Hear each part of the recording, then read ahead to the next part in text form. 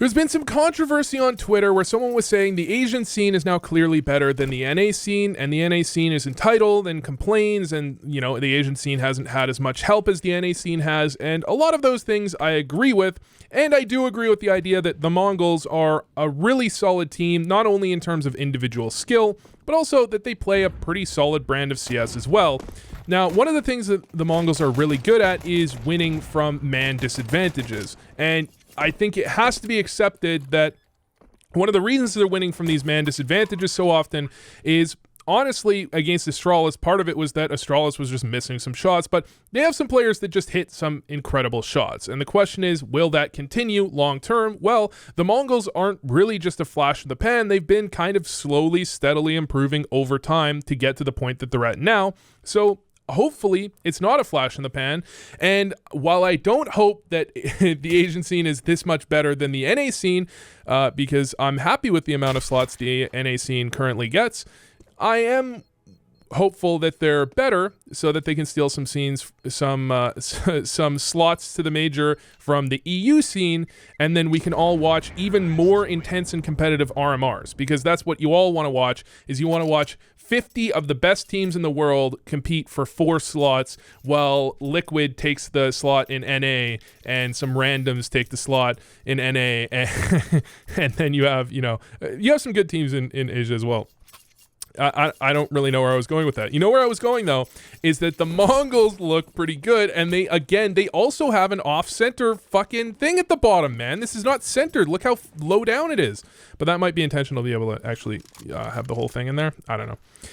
Regardless, full save from... Not a full save from NiP.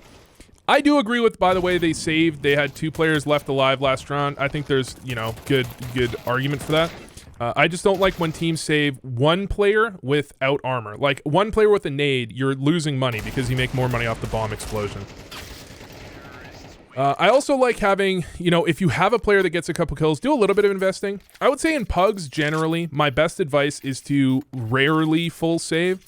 In MR15, I would say almost never full save, but MR12, I think full saving is necessary. But if you can afford it, I think a P250 has to over-deliver on value almost 100% of the time. Like, if you buy a P250, your expected economic damage to the opponent has to be more like 1,500, It's crazy. So I always want people generally buying P250s, if at all possible, though. It's not. Sometimes you do need to full save. All right. So NiP, just going for a straight duel in mid. And you're seeing a lot of teams do this, especially on first gun rounds recently.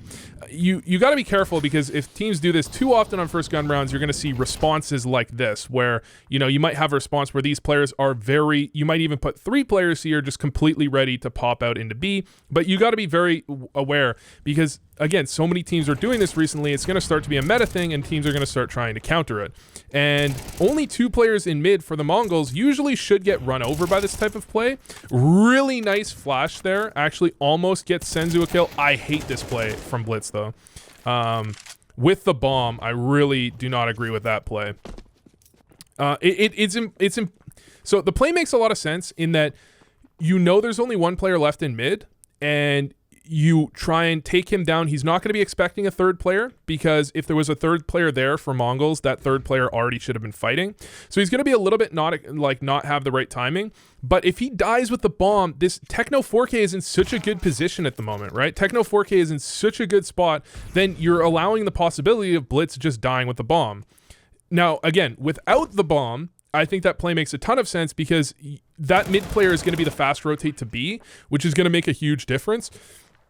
Them losing that mid player kind of secures the round for Mongols. But, if Blitz had died, that could have gone really wrong. So I don't know. I'm not a huge fan of that play, although I can see why it makes sense. Then we're just going to have a save. Wrinkle is another player, by the way, that people are talking about a lot. But after this final, people are talking about, he's a little handcuffed. This reminds you of the liquid situation, skull situation. He, to some extent, some operas do feel a little bit handcuffed in that they consistently have to get aggressive, and if they don't get aggressive, that they just, they aren't able to hit stable shots. And that used to be, you know, back in the day, that honestly used to be a lot of players where, like me, for example, you know, of course, not a pro, but one of the reasons I could never get to a higher level is because, bruh, I couldn't hit someone. If I was standing still, couldn't hit that shot, man. JW, for example, he was not like someone that, like, if someone just strafes out onto a screen, he could kill them. And like Draken, good example. But as we get further into CS, operas like that, they don't get to the pro scene anymore because you have to be so good aggressively to make up for not being able to hit those stable shots. So we'll see if Wrinkle can make up for that, if he can be able to hit those consistent shots, if he just needs a little more development. I don't know too much about the backstory and the history of Wrinkle and what experience he really has, how he ended up on NiP. That would be really, really interesting to know. But anyways, Mongols, they're just kind of trying to sniff out where the aggression's coming in. Techno 4K, this is very dangerous, and I'm not a huge fan of that. It's clear that he knew that someone could be aggressively positioned. That's why he was clearing close. And his team, the problem here is that his team is moving back to setup B. So his team is moving back to setup B right now. And you might want to get a lead on this a little bit. Players will try and do this sometimes. They'll try and get a lead because you want to get that space back so that you have control of this, and then you can hit in quickly. Because sometimes if you regroup here and then start going, your opponents will actually have control of ramp and palace, and they'll start to read that it's a B hit before you actually get to here. So that extra little space, I think, can be very effective, especially in like 3v3s. And situations where you're at a disadvantage, especially, or if you're in a situation where there's like, you know, kind of late round and you know that you need to take a bit of a risk.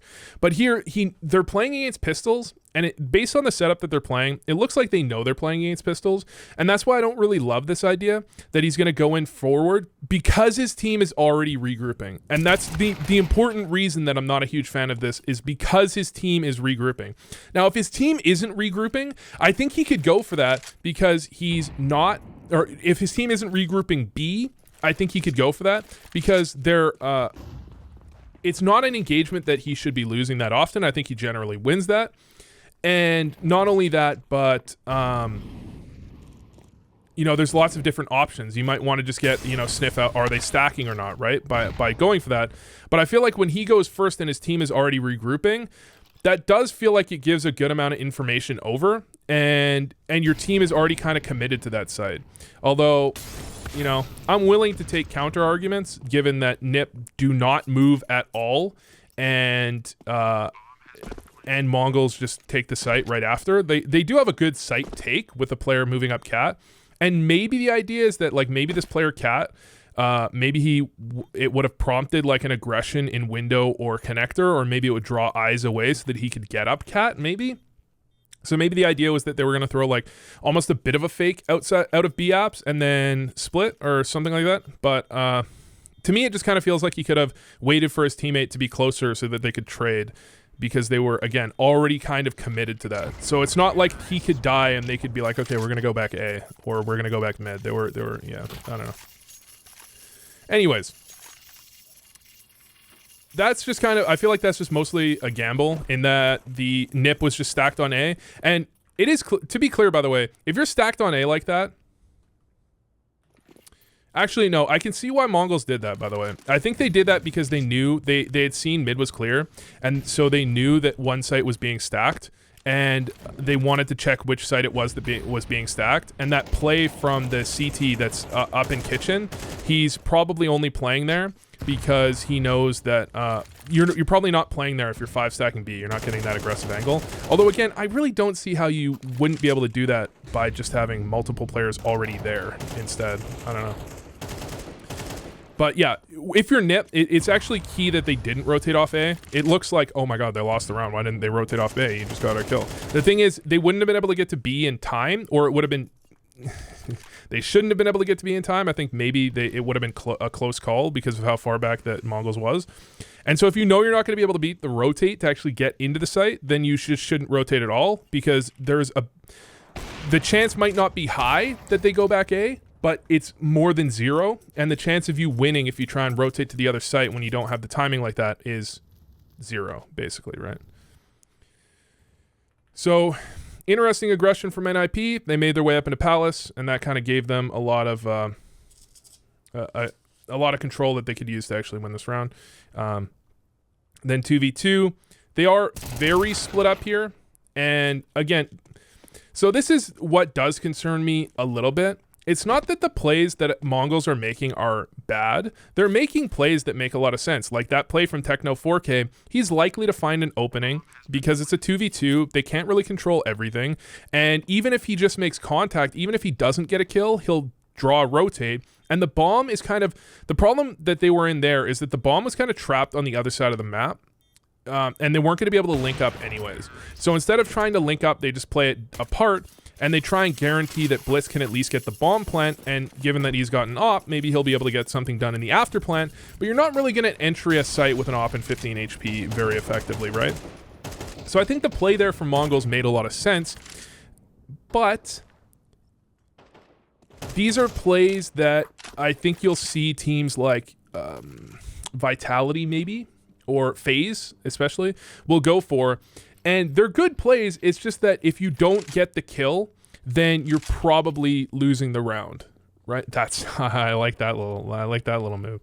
So if you don't get the kill, you're probably losing the round, and that's cool. But if you just end up in a situation, which can certainly happen, where the other team is just winning all of those engagements, then you end up in this spot where you just kind of lose a lot of rounds. And even though you didn't make a mistake, you took a bit of a gamble and it didn't work, right? And so in theory, if they're to play against a team like Vitality or FaZe or G2, in theory, they should be winning or losing more of these duels. And in doing so, they should be losing a lot of those rounds. So, or if in theory their aim was to fall off. And again, those plays, like, I like those plays in general. They just do, some of these plays do, to me, feel like plays that require you to at least be 50-50 with your opponents. And as I say that, I mean, like, hold on. Are you going to win games if you're not at least like 50-50 dueling your opponents? I don't know. I feel like these plays just deliver really heavily because their aim is really on point right now. And it's hard to say if that will necessarily continue. But I do agree that they're generally playing. They're making a lot of really good choices. And they're making a lot of really good plays. Anyways, NiP, kind of, you know, by the way they're playing this, you can see if the T's give them some kills, thumbs up, great, that's awesome. Liked and subscribed to the Patreon. But if the T's don't give them any kills, their goal was likely to try and do as much damage as possible, keep their opponents in the bomb site, not let them full save all of their guns, right? Unfortunately, they lose every duel as the T's are leaving the site, but the plan there isn't really to win the round. The plan is to do as much damage as possible, and if you're given entries for free early on enough in the round, then you can win the round. But the idea is kind of like prod. In fact, this is something Monacy talked about in that round, the fateful round, VP versus G2, where where James' computer crashes. Monacy talked about, Huxley was saying, well, see if we can get a kill and then save if we don't, right? And that's that type of play. Okay, so they're just doing an A split. I was trying to say like fast A split, but it's obviously not very fast. Round broke down a little bit, and Senzu is just going to pivot off into ladder control, which does give them a good chance into the round. If anything in a 3v5 is going to give you a pretty good chance, he can get into ladder, and he can try and find a timing to kill someone jungle. But the timing is so large here that the CTs should be very aware that he could be in ladder, so they should just generally be super, super concerned about this for now. Now, this angle from Maxter, actually a really cool angle. It's one of those headshot angles. Your head is really hard to see. Although it's from the left, so it's not technically, like the headshot angles are, he's looking on the right. The headshot angles, your head actually leans a bit to the right, not to the left. So the head isn't like invisible here, but it is an off angle that's hard to deal with. And if we look at it from Senzu's POV, let's see. This is something, by the way, that this is something that I think an analyst will counter strat is like little angles like that, like kind of telling your team where you should be thinking that in these situations they might be playing. I think, oh my god, I've seen a lot of analysts that do that, or like, for example, B on Inferno. Analysts might be able to tell you like, hey, you know, if they've lost a player, they're playing 4v4 or 4v5 and they're on site B Inferno, here's the crossfires they usually play. Because some teams tend towards different types of crossfires, right? They might play second oranges, like on top of oranges a lot, or they might not. You know, they might play the Ben 10 angle, that type of thing. So there could be, you know, there could be some information known. So NiP's just going to go back for the heavy mid control, because the heavy mid control, if you remember, on the first gun round did work for them. They were a little too slow on it, which allowed the rotate to get there to like kind of turn it around. But it kind of like the strat itself worked, even if the kills didn't technically go in their favor. So they go for that aggressive mid control. They don't force it though. They back up. They did throw, you know, they did force Mongols, I think, to throw a bit of extra utility, but they look at the utility on the CTs. I don't think it's that great. So you've got 2 flashes, smoke, no, nothing. So they've got 2 flashes and a smoke across the board, because I think they did use a good amount of utility to try and take mid control and then didn't get it, which I'm fine with them not going for it, but it does leave them in an awkward spot where they're simply going to have to duel in mid unless Wrinkle can get a kill here quick. If Wrinkle gets a kill here, they might be more willing to play safe, but he's not going to get the kill until the contact is in mid. So Techno 4K notices the contact in mid, then he's like, okay, so we're going to start moving forward a little bit. That's when Wrinkle gets the kill. And now the CTs don't have to play too aggressive. They can still try and fight out in the middle if they want, but they can also play, they have another option here, because I think in the 5v5 with very little utility, they kind of just had to take that risk in mid. Now in a 5v4, I think they could play a little bit more risk averse, and they're a little bit gambled still, but they're gambled on the mid to A, which is cool. That's fine. They're gambled on the mid to A, even though Isaac is pushing through A, so they should probably be considering rotating off, or do they have to eventually fight in mid? Like, is this where they probably have to peek mid? Because, like, they're not going A right now. Although, to be fair, actually, if we think about it, Mongols did play an A split where they went to Palace. So they could, maybe they do heavy A splits. I'd be thinking right about now, like, okay, well, we should peek mid, because if they're not going A, then we hope that we catch them as they're going up cat. But again, they're 5v4, so they don't really have to take that risk. They could still try and do this, but Wrinkle basically needs to get a kill here. And if Wrinkle doesn't get a kill here, then they should probably still just generally be losing. Although actually Alex finds the right timing. Oh yeah, this is like an underutilized play, by the way. Fuck, I was thinking about it. This is an underutilized play. You drop down here. Well, to be fair, actually, it's being utilized a lot more often. This angle used to almost never get played. If you're like a newer viewer, you're just gonna have to trust me. This angle has been here forever, and it used to, for a long time, almost never got played. But being able to jump back up like that is just so strong to catch your opponents off guard on that timing, because they think they cleared ladder. And if you can find the right timing, if you got a good vibe for it, you can really make it awkward for your opponents. But then that puts them into this retake, and 9-10 is just going to activate, isn't he? He's just going to be a badass. No, miss. Okay. Isaac needs to get at least 1. He gets 1. And then it leaves it to Mzinho, who should just win. Yeah. So I think what happened here with Maxter is, well, part of the idea is that if someone's in apartments, this is probably the angle you need to worry most about. But he's probably thinking, well, our player coming out here, you know, you're when you see a player coming out here, you're probably thinking in your head, okay, E-Box is gonna be clear. And he never cleared E-Box, but you kind of already have written that off in your head sometimes. But I think he might have just been worried about apartments and known that, like, if there's a player E-Box, he didn't have it. Basically, if there's a player apartments that kills him, if the player in apartments kills him, then he's not going to get traded. If the player E-Box kills him, he's going to get traded. So if you have to think about watch one area, then that's the area to watch.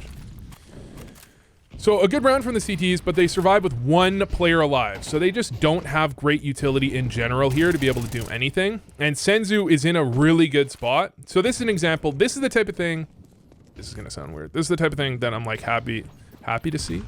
I don't know. But like if Mongols can win, if Mongols won this final while not just like winning every 50-50 duel, that means a lot more than if they just popped off. Like if you remember a few years ago, Mao's won an event with Dexter, like one of their earlier events with Dexter, and it was just everybody on their team popped off, and that's just not like sustainable.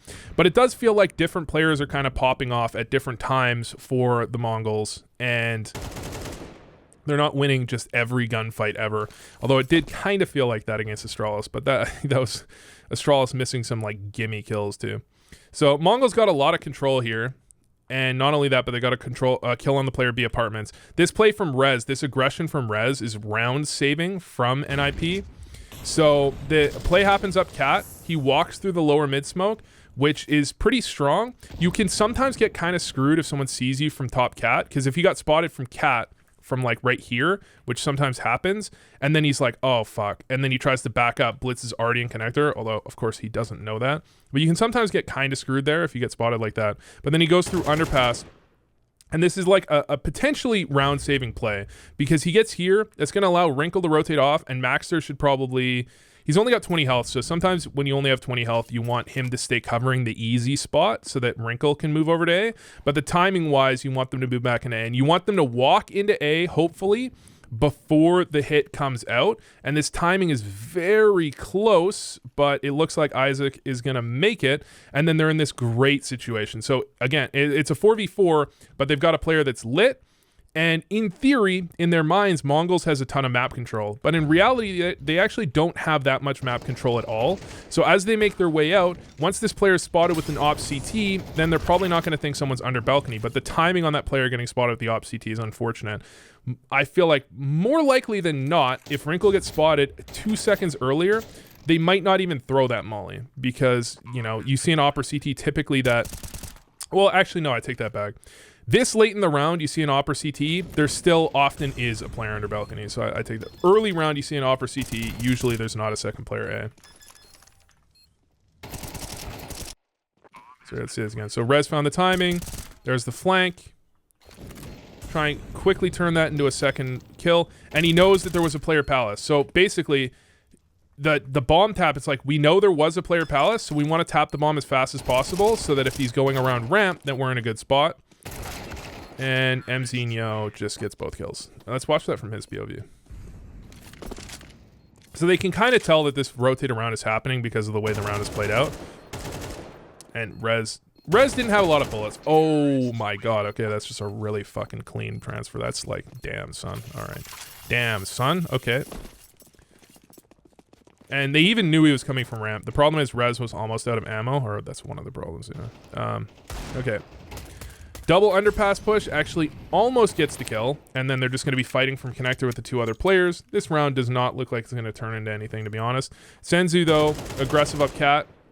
I mean, that's a fight. That's one of those fights that I think is very, very much a fight that you're comfortable taking.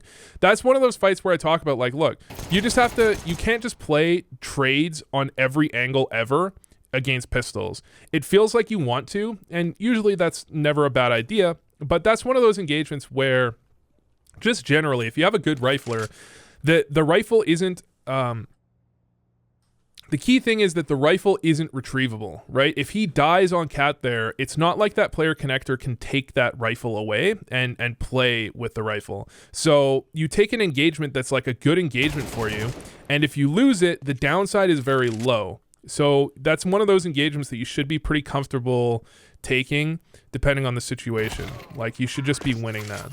And if you lose it, then that doesn't always mean that you made a mistake. Sometimes you just lost a fight that you should generally be winning. And that's, I think, one of the hardest things to actually kind of understand when you're a more beginner player is like, when did I make a mistake and when did I make the right play and it just didn't go well? And videos like this hopefully give you, or just general like tips videos, other YouTubers as well, hopefully give you some idea to have a basis to work from. And then, you know, sometimes it's just trial and error. All right, so there was the aggressive play in mid, and it looks like Techno 4K might have been like, okay, well, if there's an aggressive play in mid, maybe they're stacking mid, and let's see, can I catch someone, can I catch this player solo B? Because oftentimes, when you have that aggressive play in mid, you have a solo B player, and it looks like intentionally from NiP that they have that aggression in mid, and they don't have this player solo B. Wrinkle's actually making his way over to B to help out. So if Techno had tried to get even more aggressive to take down the solo player, which you'll often see, especially from certain teams that like to play quite aggressive, and just from watching a couple of games of Mongols, it does seem like they tend into quite aggressive plays at times. So if you know Mongols likes to get aggressive, that's the type of play that can bait them into that type of aggression that makes sense and is like, you know, a smart play risk reward ratio wise, but you can kind of bait them into that if you know that they generally take the aggressive option in most scenarios. So Blitz, I feel like he just can't be allowed to get that kill.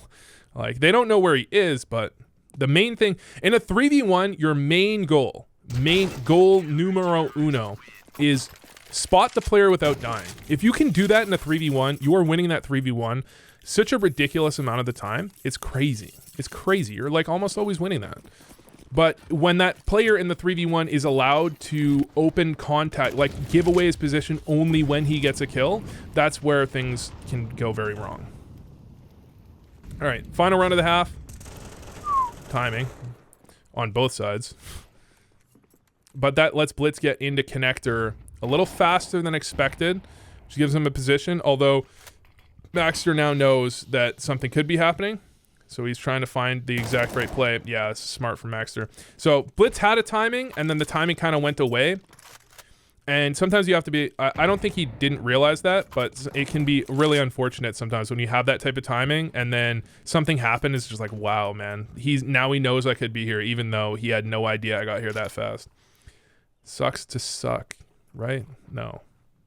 No. That's not what I meant to say. Those aren't the words I meant. I meant sucks to suck is what I meant. Wait. Okay, anyways, 2v3. Nice spam from Maxter. Techno 4K. And having a pretty good game, admittedly, but not a great round. Just gonna die. Pistol round, guys. Let's analyze the pistol round.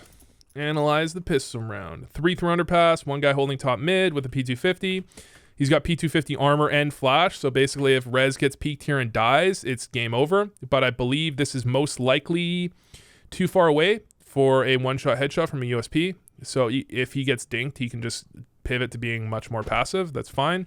And he's going to be able to get some information where maybe they can adjust the way they're playing underpass. This is always risky.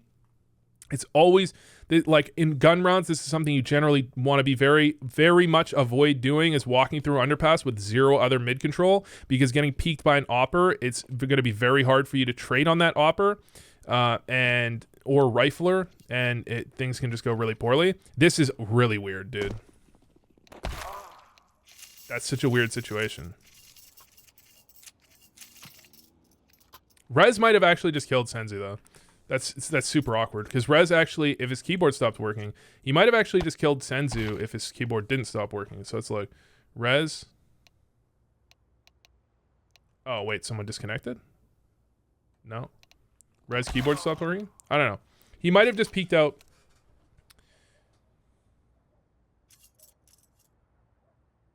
Who was it? It was Maxter, okay. Yeah, that's really awkward, because that guy on Cat just knows that they had 3 underpass. That's hilarious. He's just gonna know they had 3 underpass, but then it becomes a head game, right? Like, then it becomes you're playing a head game, really, because did they know that we knew they had 3 underpass? Like, do they think we're not gonna do the same strat because they knew we had 3 underpass? Like, I don't know. That's interesting. Alex is actually peeking to clear that. That's funny. The whole point, I think, is that, you know, Rez is supposed to peek out and trade on that guy or kill that guy if he's doing that play. So this is funny, because this is almost exactly the same scenario. If we remember back to the last half, we had a guy pushing out A. Nothing was A. We had 3 guys playing waiting in mid, not peeking, but waiting near mid, and we have the one guy B. And it's like, well, it's clear that they're going B here, right?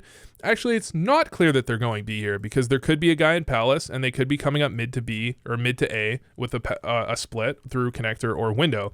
So even though in the previous half, what it looked like, wow, they have to be going B here, yeah, they actually don't have to be going B there. Although it's a little different with pistol rounds, like admittedly, there you can get a lot more done with pistol rounds in terms of taking space like quickly without having to worry about like using the right utility and stuff. But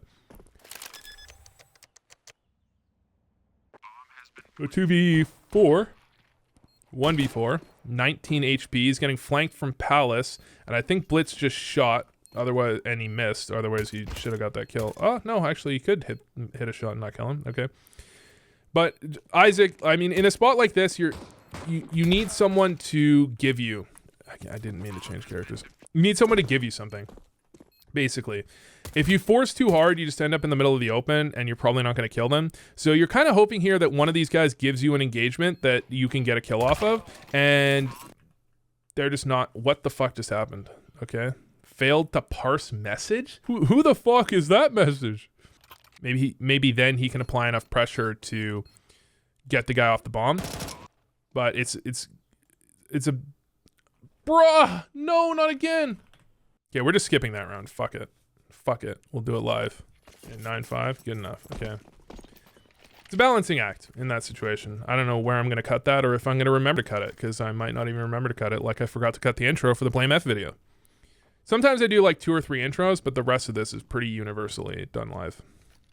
Anyways. The Mongols looks like they did in fact go for a force in the previous round. Guessing, since they're not buying this round, that's probably what happened. That's the best explanation I've got. And what did they do in this round? So they got a kill on the guy B.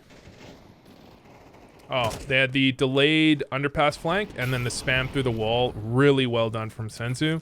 And that turns into a 3v3. And 910 has an op that he's picked up. He must have saved from the previous round. Or did they just bought this round? But they have pistols. He must have saved from the previous round. I guess they bought, wait.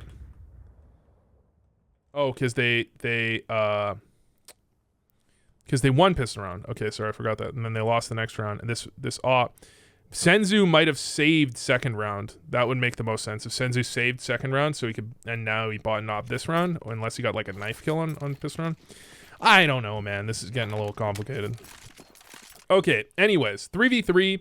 You're kind of obligated to go for this retake. Aeon Mirage, it's definitely one of the more retakeable bomb sites, but this situation feels unretakeable. And so it's almost a situation where you kind of get baited into going for a retake. If the bomb's planted on the wrong side, it's definitely winnable by the CTs, but this really does feel like a retake that, I don't know. It's hard to say. Given that they've paid, like, fully bought into this round, do they have a smoke? They don't have a smoke. They don't have control of anything. It feels like a round where I'd be tempted to go for a save. However, if these players coming in here make contact, a lot of the time that's going to draw away the jungle players, and then those players are going to look the wrong direction, and that retake can work. I don't like it as much as an attempt with that connector player going for contact early. I think you basically, in that situation, the main way to win that round is to gamble that they're playing like jungle heavy, like a couple players in the jungle area, and you try and make contact from ticket and then have the guy walk up connector and maybe have a chance there. That is one where I think you kind of have to go for that probably. But it does feel like one where, like, maybe mathematically you might not want to go for that. Like, maybe it just makes more sense not to go for it, because it feels like a round that you could win, but I feel like given the situation, I don't know, maybe I'd have to watch the round back fully to really know the exact situation. Where could everyone be?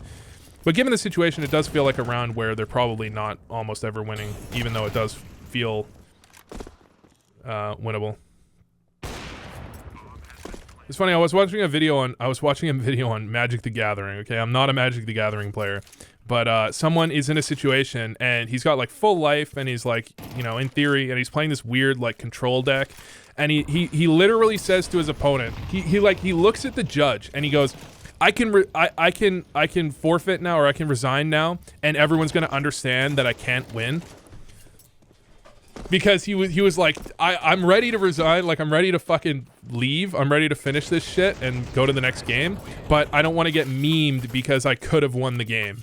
Like, because I couldn't win the game, but people don't realize that because they don't know the game that well.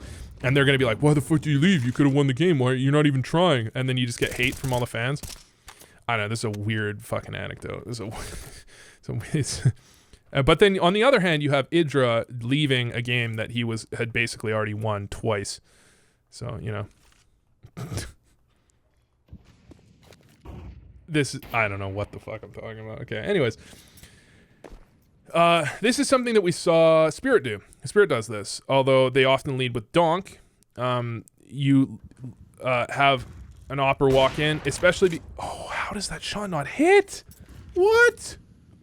You can often hear this, and so they might have heard this in the previous round, or likely they have an idea that this player does that. You can, but if you get into the right spot, like you'll see Donk sometimes, he'll get up to here early, like really early, and then you'll just hear the guy jump spotting here, and he can go and pre-aim it. I'm not sure. I don't think you can hear it from here, though, can you? Maybe? I can't hear it right now, but my sound is pretty low. How does this shot not hit? Let's see. Do I have a slow? Fuck.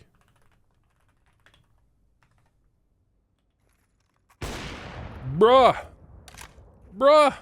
That must be one of those spots where there is no hitbox. It's like just there's a model, but there's no hitbox. That'd be my guess. That's unfortunate, because that would really change the outcome of the round. Anyways, as a play Spirit likes to do, or just lots of teams like to do it, but we've seen it from Spirit in these reviews. Just trying to isolate that B player, catch him off guard with an aggressive kind of pick. And then if it goes wrong, you can still turn it into something. You know, the round is still winnable. But once Rez dies in Connector, the round is pretty much no longer winnable. And here, you probably want to save. It's tough, though, with that much time on the clock. In Pugs, people are really going to be hunting you. But because the Mongols didn't have a ton of money to work with, they weren't overly hunting. So, kind of works out for both teams.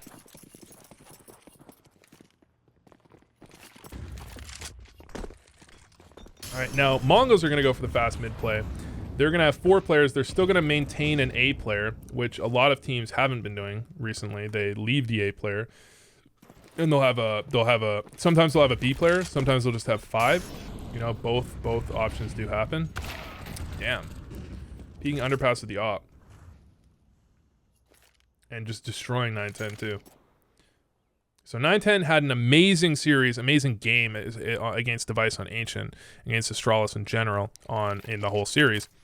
But a little less so in this game, although it's harder to op on the T side. You're expecting him to be opping CT side more than anything. And as mentioned, Wrinkle is a very good aggressive opper, peeking into people. So he might be playing into his strengths right here. But then they just rotate back. They pressure that mid control. And then they don't full take mid. Sometimes you don't have to full take mid. You can go for the full A exec, and they still have maybe a bit of utility left over for the after plant, which is, you know, the best you can hope for. In a 5v4, it's going to make the retake really hard to do, but you have to worry about all these smoke spams and the nades through the smokes, and Rez is just going to push through the CT smoke. Did they throw this CT smoke themselves? They did. I know a lot of teams for a long time stopped throwing the CT smoke, and then you would just push into CT. And this smoke does leave a bit of a gap, a bit of an awkward gap, because you can get through here if you're Rez. You can come around the side of that smoke. Oh, he hears Mzinho reloading, so he tries to come through after him. Okay, I see this. Okay. So he's up here. Mzinho spamming, right? And then he's going to try and push through to catch him. But Mzinho gets himself into the right spot, and Rez is just slow. Yeah, Rez has just not found the right timing. He tries to run through to catch him reloading, but he's late on that timing. It would have been really great if he had a flash. Like, you're expecting generally a flash through. Maybe, is it like their opper has the flash? Generally, if you want someone to push through CT, you want them to have a flash. It's not like this round isn't winnable. You know, they're 4v4. It's still very much winnable, but they don't have control of a lot. And if you don't have control of CT or jungle, the retake 4v4, the CTs probably are advantaged. I just wish they had a flash that they could throw for him here instead of him going through, or he needs to have the perfect timing to catch that player reloading. But he doesn't have the right timing, and they don't have a flash, which just puts them in this really awkward spot, and then they just kind of get picked apart one by one. Nice little boost over the smoke too. Nice little boost over the smoke to get some kill on the Palace player. All right. They have 2B. They're not going to go for the fast boost into apartments, though. They're going to do the slow walk around here. And Senzu... Okay, that's like almost comical how Maxter came around that corner. Not at all ready for that exact play. And then he's just going to back up. And this is just a really terrible situation for NiP to be in because they can't really go forward. The rotate's there too quickly. And Senzu got the first kill. So their whole strat has like fallen to pieces already. But they can't really do anything else. So kind of stuck between a rock and a hard place, really, in many ways. Because what are you going to do? You're going to go mid? I like the idea of going mid and then going back B. Yeah, I like this idea. This seems to make a lot of sense. You just draw them off of the B stack and then you go back B. Because you were planning on going there anyways. You probably have some set of utility that's still going to be fairly effective to take that bomb site. But you're not going to have everything and you're going to have to take some risks. And that's just going to get them spammed down because there are 3 players there from Mongols.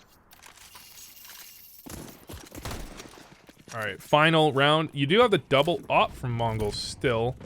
1B, 1 mid, going for the cat jump, which is fine. And then you've got Mzinho is just going to be playing off of ramp here. What molly does he throw? What's the new molly people are throwing? Just so everyone can see. So into ramp. That's a nice little lineup. And you go for the mid flash. You're going to wait, and then you're going to throw the smoke. That's one way to throw it. You can throw it from... you can throw it from here. You can also throw it from here. I always prefer to throw that one, but it lands a little bit differently, but it just feels a little quicker to line up, even though you're in slightly more danger. You do have to pass that angle to throw it anyways. I think they just spot him here, don't they? No, they don't spot him. Okay. So it's like not great buy, and if they can get a flash over, then he's going to be chilling. Flash over. It looks like that was their flash. Maybe it was just... There's a timing, that's the problem. Like, you know, you want him to wait for the flash there. What the fuck? Oh my god, 9-10, dude, he looked around like, what the... Dude, he was thinking the same thing I was thinking. Look at this. He throws his smoke, and the smoke, it's like, what the fuck? Okay, throws the smoke. Oh, he must be thinking the same thing. I was like, what the fuck, dude? Did the smoke just teleport? No, it was just a different smoke. Okay. Anyways, that guy triple, there's a timer, right? Oh my god, they're just walking past each other. There's clearly a timer. There's a limit. Because you want to wait for the flash, but if the flash doesn't come in time, Blitz cannot be allowed to get away here. If the flash doesn't come in time, he just has to fight anyways, because they could just walk up right on him. Dude, so the runaway is actually almost like a bait, maybe even intentionally, for Blitz to get through. He gets the kill. He's got 18 health, dude. You have to kill him there, man. Jeez. Alright, well, at least you get him back. But that does... If he had died earlier, then maybe they wouldn't have had the information of whether or not they jumped out a window. Although, because of where the CTs were, actually, they can always jump right back into window, so it's not really great info. But 2v3... Lots of different options, and the Mongols are, until they see both players, they're going to have to permanently be aware of window. So there's basically a hard cap on only one player being B for a decent period of time. But once the bomb dies in Palace, this round's basically over. Yeah. I mean, even if Senzu dies here, then just Techno 4K just needs to not die. So yeah, really nice game from Mongols. I think they're a great team. They're doing a lot of things right. We'll see if they can keep the individual success, because they do win a lot more duels probably than they win more than their fair share of gun duels, but they have been kind of slowly creeping up the rankings. It's not like this. I don't think this is like a crazy outlier result, so I'd expect them to still continue to do pretty well, like surprisingly well, but we'll see if they continue to have like, if they can continue winning A tier plus events, or like coming into like semis, quarters types of thing. Cool game. I'll take a look at NiP one of these times.